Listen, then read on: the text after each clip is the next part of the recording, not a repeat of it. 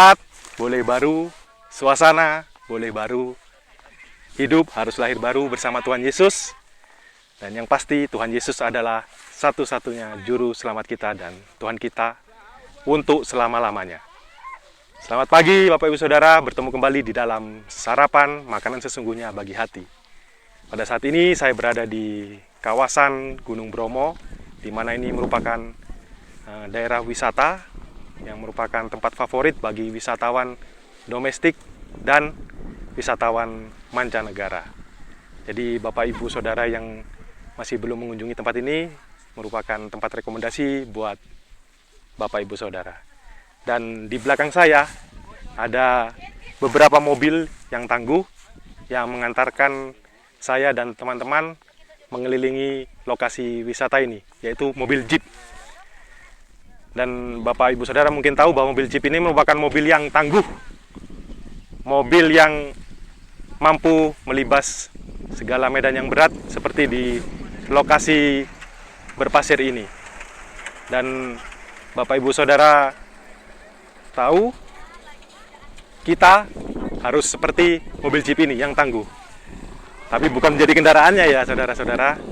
Kita mencontoh dan menerapkan keunggulan dan manfaat fungsi dari mobil Jeep ini, yaitu tangguh, mampu melintasi medan yang berat, dan mampu melewati segala rintangan. Nah, seperti di kehidupan kita yang pasti penuh tantangan dan masalah dalam kehidupan, kita harus selalu kuat seperti mobil Jeep ini yang mengantarkan saya. Dan sini Bapak Ibu Saudara pasti sering mendengar tentang kisah Yesus dan murid-muridnya di danau, di dalam perahu, dan angin ribut diredahkan oleh Yesus. Mari kita baca di Markus 4 ayat 37 sampai 41. Lalu mengamuklah taufan yang sangat dahsyat dan ombak menyembur masuk ke dalam perahu sehingga perahu itu mulai penuh dengan air. Pada waktu itu Yesus sedang tidur di buritan di sebuah tilam. Maka murid-muridnya membangunkan dia dan berkata kepadanya, "Guru, engkau tidak peduli kalau kita binasa?" Ia pun bangun menghardik angin itu dan berkata kepada danau itu, "Diam, tenanglah." Lalu angin itu reda dan danau itu menjadi teduh sekali. Lalu ia berkata kepada mereka, "Mengapa kamu begitu takut? Mengapa kamu tidak percaya?" Mereka menjadi sangat takut dan berkata seorang kepada yang lain, "Siapa gerangan orang ini, sehingga angin dan danau pun taat kepadanya?" Kalau kita barusan mendengar firman Tuhan ini, ada hal menarik di ayat 40, bahwa Yesus berkata, "Mengapa kamu begitu takut?" Murid-muridnya takut, pasti ada beberapa penyebab yang menyebabkan dia takut. Tapi maksud Yesus itu bukan ketakutan yang seperti yang dirasakan murid-murid itu. Padahal kan Tuhan Yesus ada di sisi mereka. Dan Yesus juga berkata, "Mengapa kamu tidak percaya?" Nah, di sini ada sebuah pertanyaan, apakah murid-murid Yesus ini tidak memiliki iman atau tidak beriman?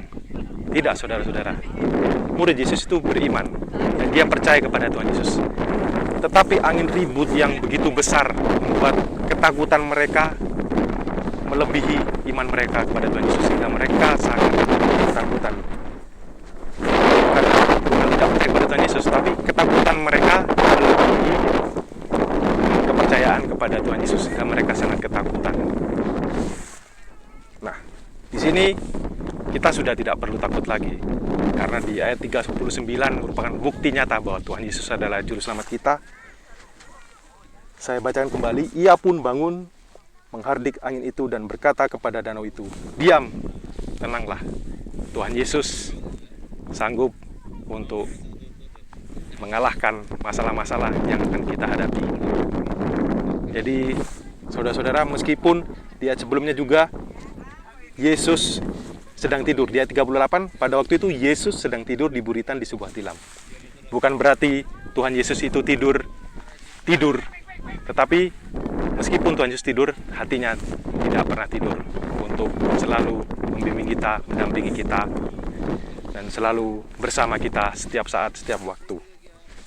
Jadi Bapak Ibu Saudara tidak perlu takut lagi terhadap masalah-masalah yang kita hadapi, kita tidak perlu takut lagi. Karena Tuhan Yesus adalah salah satu juru selamat kita yang terbukti. Melalui kisah Yesus ini, dia benar-benar meredakan angin ribut. Begitu Bapak Ibu Saudara, mari kita berjalan bersama Tuhan Yesus setiap saat, setiap waktu, setiap detik, setiap kondisi apapun itu yang akan kita hadapi di kehidupan ini. Supaya kita bisa menjadi setangguh mobil jeep ini, mampu melibas segala medan yang berat, mampu menghadapi rintangan-rintangan yang akan kita hadapi ke depannya. Terima kasih Bapak Ibu Saudara. Sekian sarapan pagi pada hari ini. Selamat beraktivitas. Tuhan Yesus memberkati.